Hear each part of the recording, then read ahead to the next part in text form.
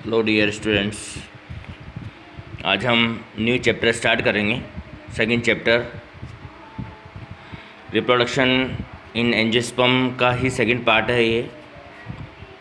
कल अपन ने बात की थी कि सेक्सुअल रिप्रोडक्शन जो होता है उसके अंदर फ्लावर सबसे इम्पोर्टेंट होता है, और फ्लावर के अंदर जो है डिफरेंट पार्ट होते हैं जिसमें गैमेटोफाइट जिसमें एंड्रोशियम और गाइनोशियम इम्पोर्टेंट होता है।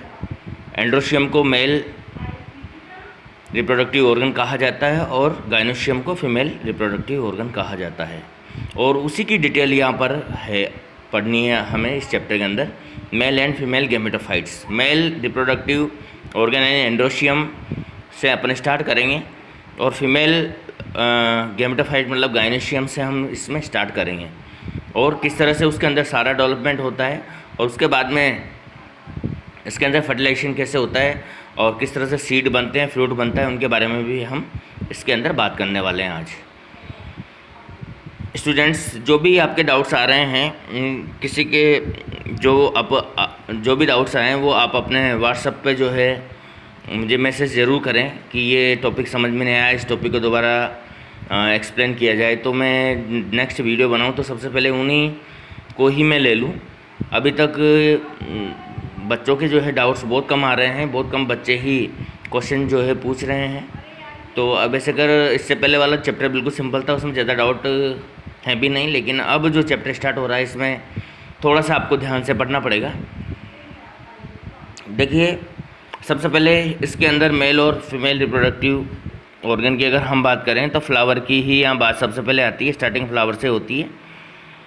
फ्लावर जो है, जो बर्ड होती है, इनिशियल बर्ड, उससे जो है वैसे लीव्स वगैरह ये बनती है, लेकिन कुछ स्पेशल कंडीशन में वो जो बर्ड होती है वो बर्ड फ्लावर में कन्वर्ट हो जाती है, फ्लावर बर्ड बनाती है। यहाँ पर स्पेशल कंडीशन की नीड होती है, और इसमें कुछ हार्मोन्स भी होते हैं जो कि नेसेसरी होते हैं प्लांट रिप्रोडक्शन के लिए। इसमें फ्लोरिजन हार्मोन को सबसे इम्पोर्टेंट माना गया है।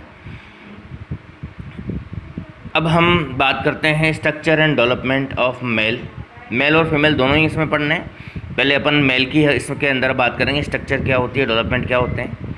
देखिए, मेल रिप्रोडक्टिव ऑर्गन जो होते हैं उनको हम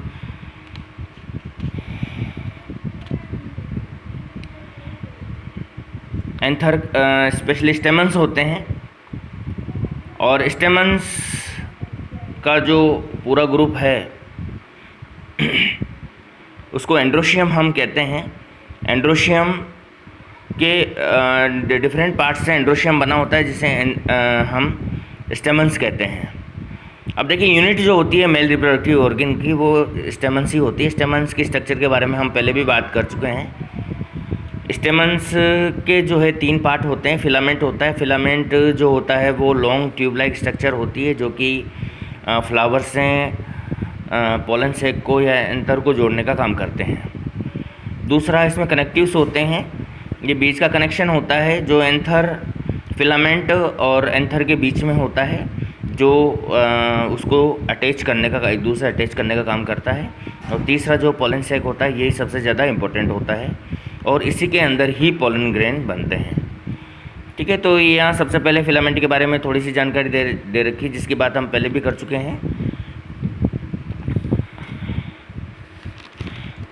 इसके बाद में कनेक्टिव्स, 2 लोब्स होती है पोलन सेक के अंदर, और वो दोनों जो है कनेक्टिव से अटैच होती है, और उसी जगह पे जो है फिलामेंट आके अटैच होता है। ये एक तरह का स्टेराइल टिश्यू होता है, यानी कि सेक्सुअल रिप्रोडक्शन में इसका कोई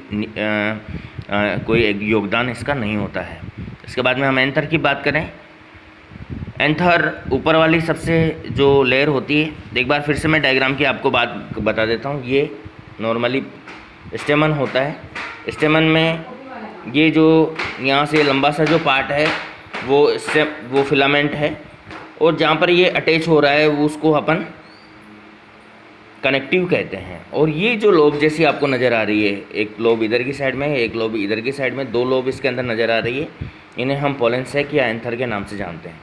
थोड़ा सा इसको अगर हम और ज़्यादा डिटेल में देखें तो इस तरह की हमें नज़र आती है। बाइलोब्ड होता है जनरली, कभी कभी सिंगल लोब भी होती है, पर ज़्यादातर के अंदर ये बाइलोब्ड पाया जाता है। और हर लोब के अंदर भी और लोब इसके अंदर होती है, यानी कि 4 पोर्शन इसके अंदर नज़र आते हैं। अब आगे बात करते हैं अपन इसमें। अब एंथर की बात करते हैं। एंथर सबसे इम्पोर्टेंट कैरेक्टर है और कनेक्टिव टिश्यू से दोनों लोब एक दूसरे से जुड़ी हुई रहती है।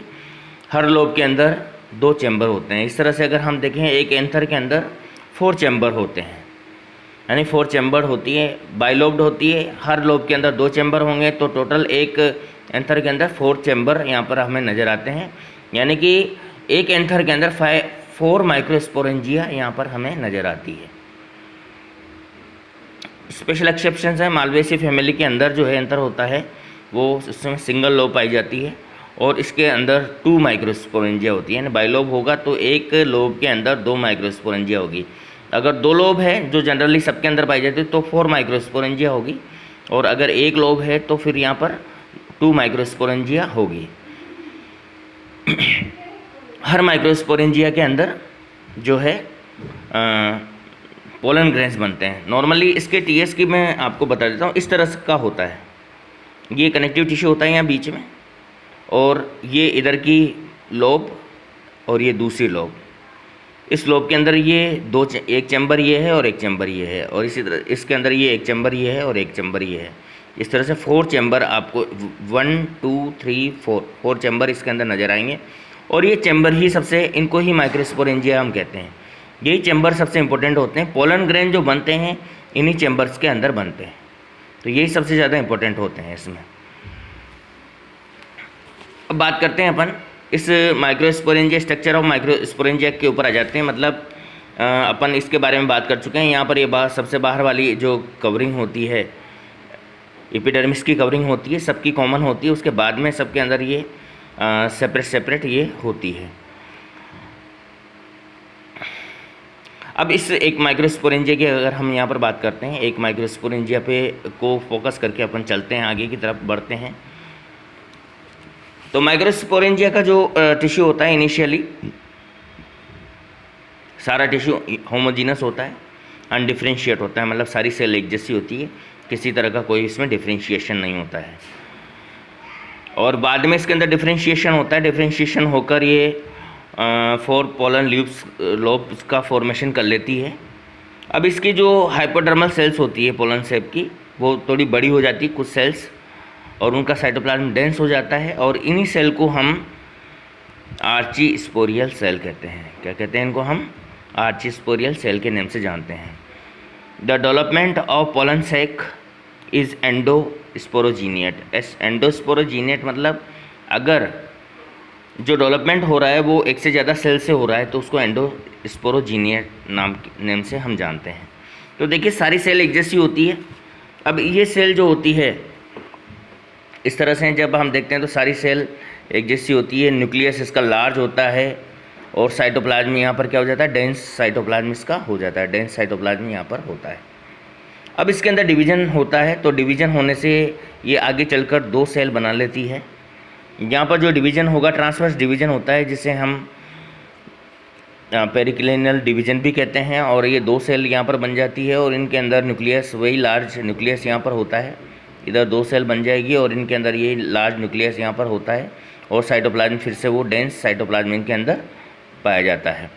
इन सेल में ऊपर वाली जो सेल होती है प्राइमरी पैराइटल सेल कहते हैं इस वाली सेल को, और नीचे वाली होती है प्राइमरी स्पोरोजीनस सेल्स के नाम से अपन जानते हैं। पैराइटल का मतलब वॉल होता है। पैराइटल वर्ड जो होता है उसका मतलब क्या होता है? वॉल। और स्पोरोजीनस मतलब ये जाके आगे स्पोर बनाएगी। स्पोर जो बनेंगे यहाँ पर पोलन ग्रेन बनेंगे, ये वाली सेल। दोनों का अलग अलग फंक्शन होता है। ये आगे चलकर जो माइक्रोस्पोरेंजिया है उसकी वॉल का फॉर्मेशन करेगी, और ये आगे चलकर स्पोरोजीनस टिश्यू का फॉर्मेशन करेगी।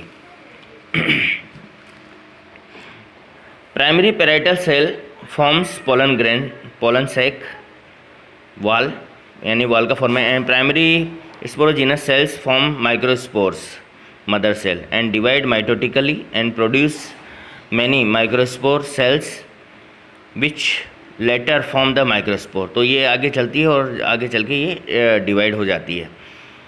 तो अब देखिए यहाँ पर पोलन सैक वॉल और माइक्रोस्पोरेंजिया, 2 सेल्स यहाँ पर ये बनती है। या हम बात करें माइक्रोस्पोरेंजिया को 2 पार्ट में हम डिवाइड कर सकते हैं। Pollen sac wall and microsporangial wall, और ये स्पोरोजिनस सेल्स की फॉर्म में यहाँ आती है। वॉल की हम पहले बात करेंगे, यहाँ पर पोलन सैक वॉल जो होती है उसकी हम पहले बात करेंगे। देखिए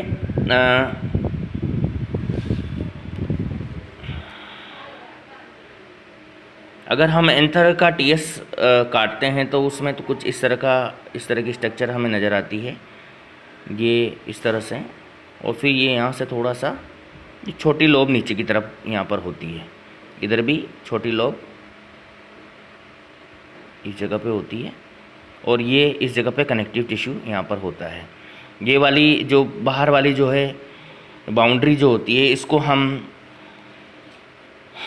एक्सोथीशियम या एपिडर्मिस के नाम से जानते हैं, और ये सबकी जो है कॉमन होती है, सिंगल सेल्डेड ये होती है, सिंगल सेल से बनी हुई ये होती है।